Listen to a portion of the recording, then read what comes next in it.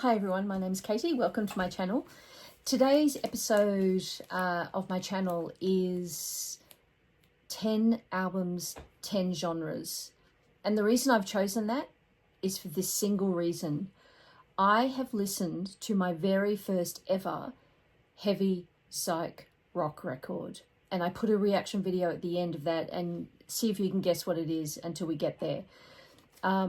Hint, it was from Noble Records. So Dylan, you can watch till the end and see what I think. I'm not the intended audience, but oh my God, wait till you see my reaction.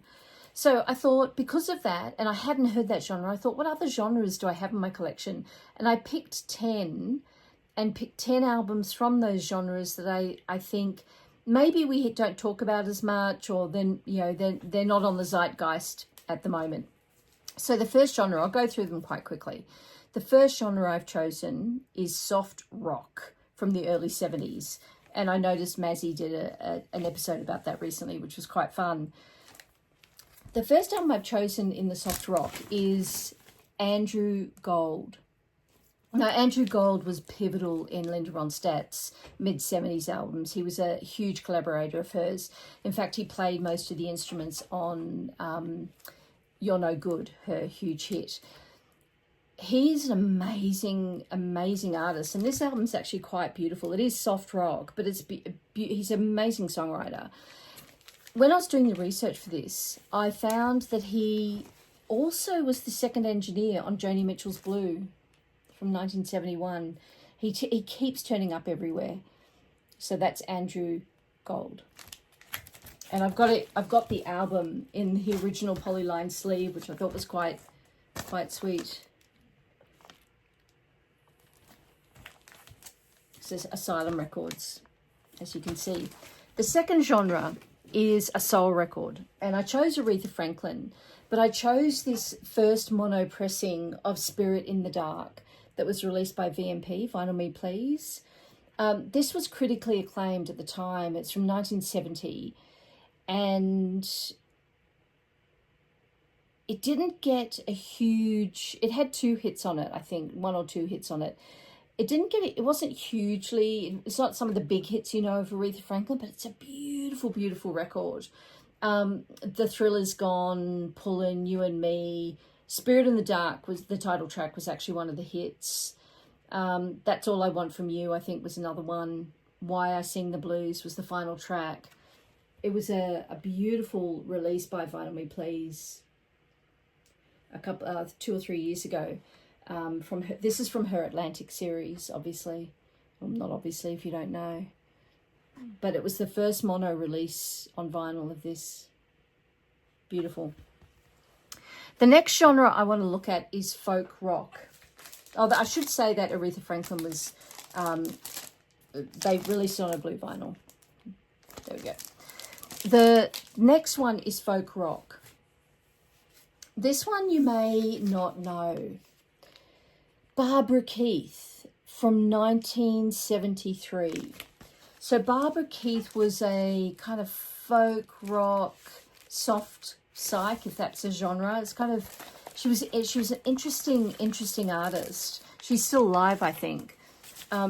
She only released 2 solo albums. She was in a band previous to this, and she was in a band with a guy called John Hall, who turned out to be a politician. And he was on Bonnie Raitt's album that I mentioned in my previous episode, if you want to go back and look at that. But this album starts with the Bob Dylan cover, All Along the Watchtower. It's beautiful. You can stream it on Spotify, give it a listen. She only did 2 solo albums, as I said, and it's... When you kind of look at it on Discogs, more people want it than have it. It's one of those really unusual albums that when she made it, it had a whole bunch of session musicians who were really brilliant in the day. Leland Sklar, the bass player, was one of them, and a few others, like really brilliant musicians. But at the end of the day, she didn't like how it sounded, and she actually returned the advance money for it because she wasn't happy. Like, she sort of, hats off to her integrity. But I love this album, and I would really highly suggest you check it out because it's not well known, yet it's beautifully produced, and it's kind of that folk rock from the kind of the 70s. So Barbara Keith is her name, so worth checking out.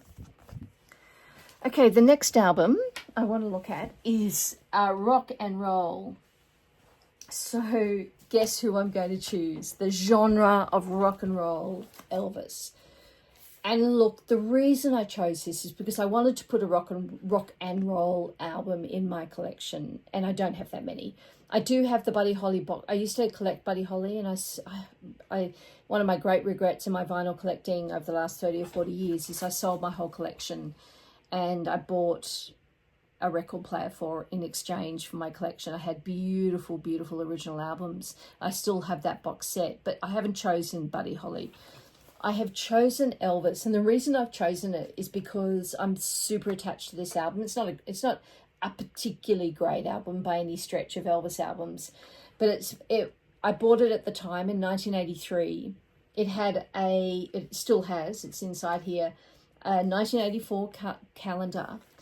And it was on blue vinyl when coloured vinyl wasn't cool back then. Like, we're talking 40 years ago. And it was on this beautiful blue vinyl. And it was a best of. And I just thought, be a really good kind of collection piece to have. And I've had it ever since. And I look at it every now and then, and I put it on, and it's just really special to me.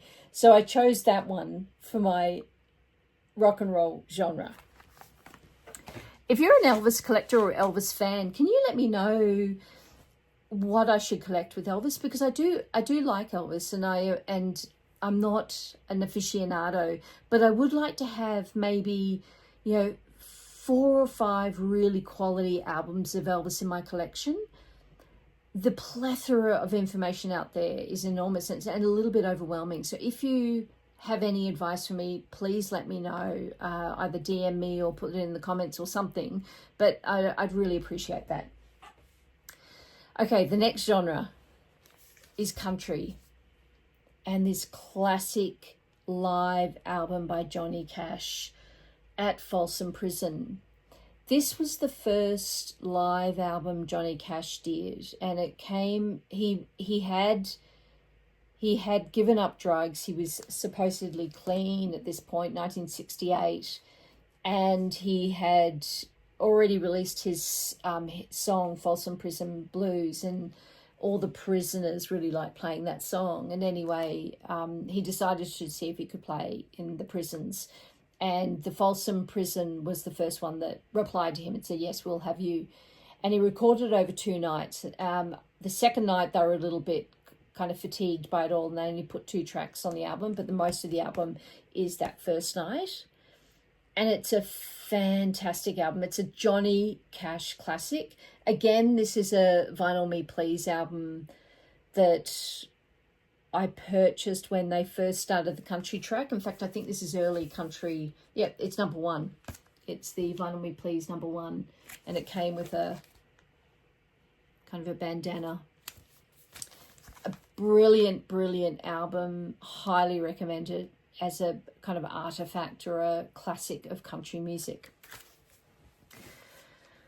The next genre, pop. Now, I had to look how many pop records I had of it. I don't have that many. And my partner said, does Taylor Swift count? I said, I can't do Taylor Swift. That's too embarrassing. And I chose not to do Taylor Swift. Don't judge me. I chose Fine Young Cannibals. Brilliant band from UK. Believe it or not, they only ever did 2 albums.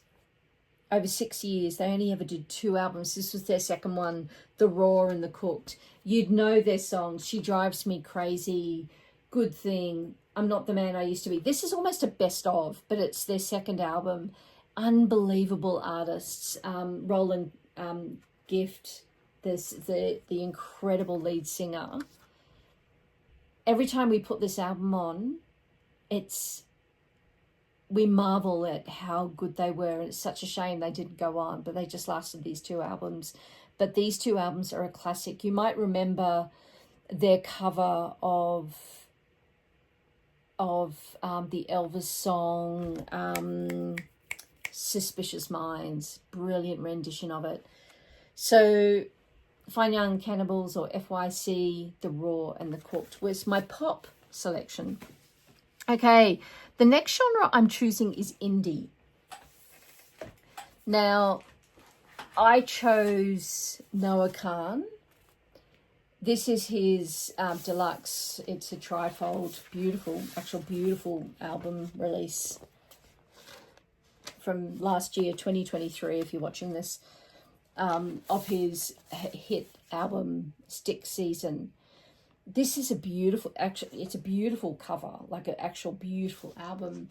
But for me, this album, if I was doing videos back last year, this would have been one of my top albums of last year. It, for me, is no filler. It's every track's beautiful for me. And I think it's because I come from a not dissimilar part in Australia as Noah Kahan comes from. I come from a kind of very cold, mountainous, wintry area. And the way he talks about New England, even though it's not mountainous, it's just that kind of cold, gets cold, it snows area, and I just love it. It's beautiful, and we love dogs as well, as he does. So Noah Kahan, Stick Season, it is honestly still on high rotation for me. I love this album so much. So that's my indie record.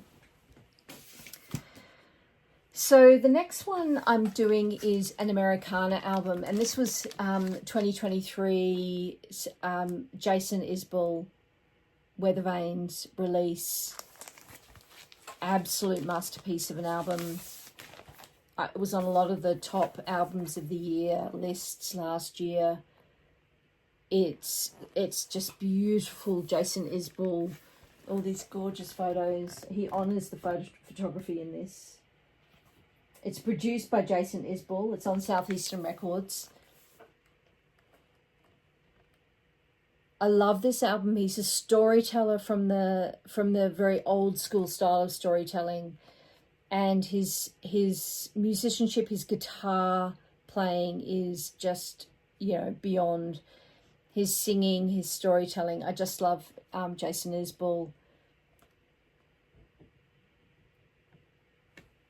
And that's my country album.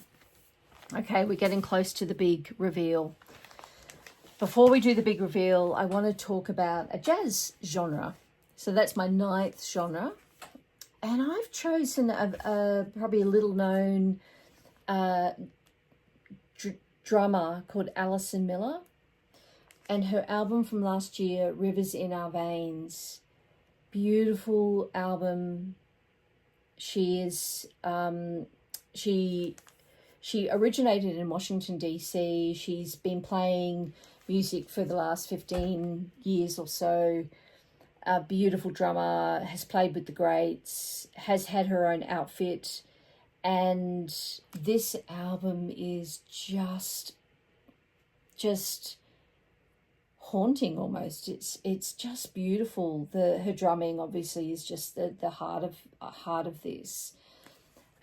It's on this label here, this New York independent label called Royal Potato Family. Can you see that?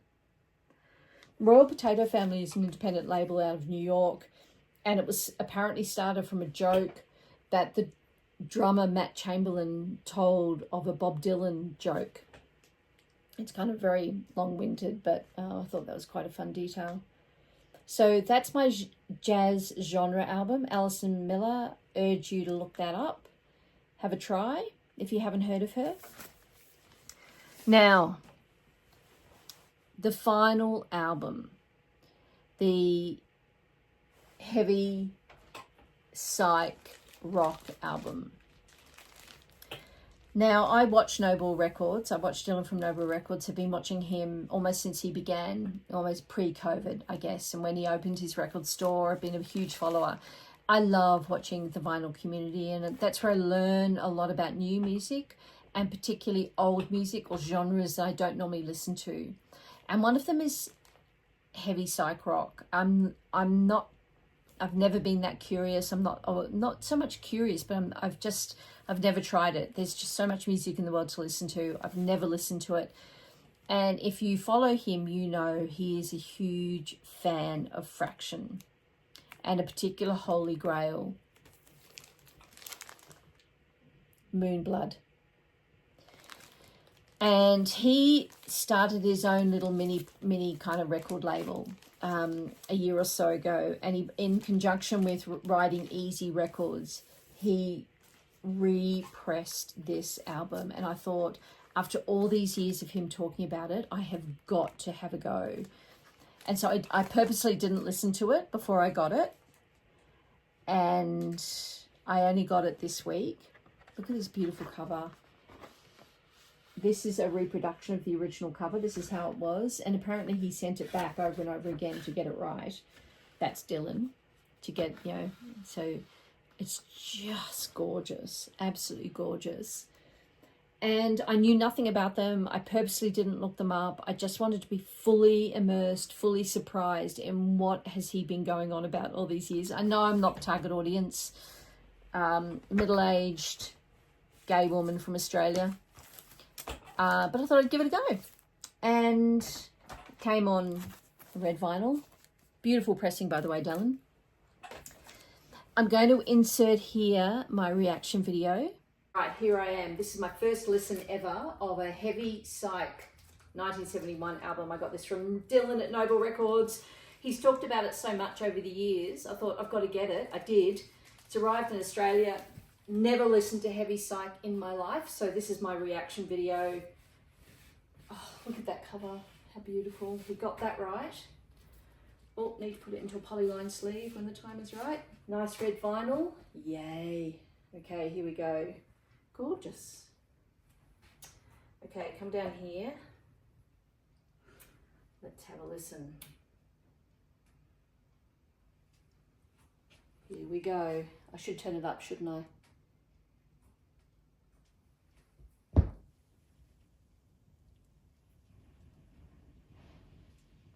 Quiet vinyl.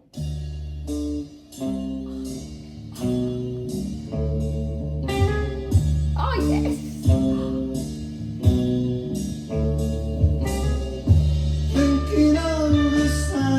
That is great! Oh, how exciting! Okay, go. So there you have it. I loved it. It was, I didn't know who it reminded me of, and then I kind of thought The Doors, Jim Morrison, a little bit of Yes, and then there was Led Zeppelin. It was brilliant, and I can't believe this music is not sort of more well known. I was just absolutely gobsmacked. One thing I wanted to say about this is 1971, and they recorded it in 6 hours in one take.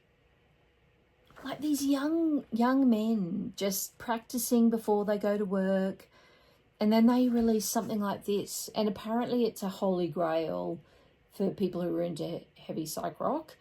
And Dylan released it, I think, a limited edition of maybe 1,000. And like, I'm so pleased I've got this album. It's going to be a treasured part of my collection. And I just, the musicianship and the freedom with which they play, it was just incredible. 1971. I just wanted to say that. I thank you so much, Dylan, for introducing me to new music, and I imagine thousands of people. So I just love that about the vinyl community, that you're just finding out about music that you wouldn't have normally looked into. And that I obviously did the research, and there was some kind of hippie Jesus fanatic rock band Christian thing. And I listened to the lyrics, and they were a little bit weird, creepy, but the music itself was just absolutely brilliant. So I love the fact that I'm being introduced to new music like that. So keep it coming.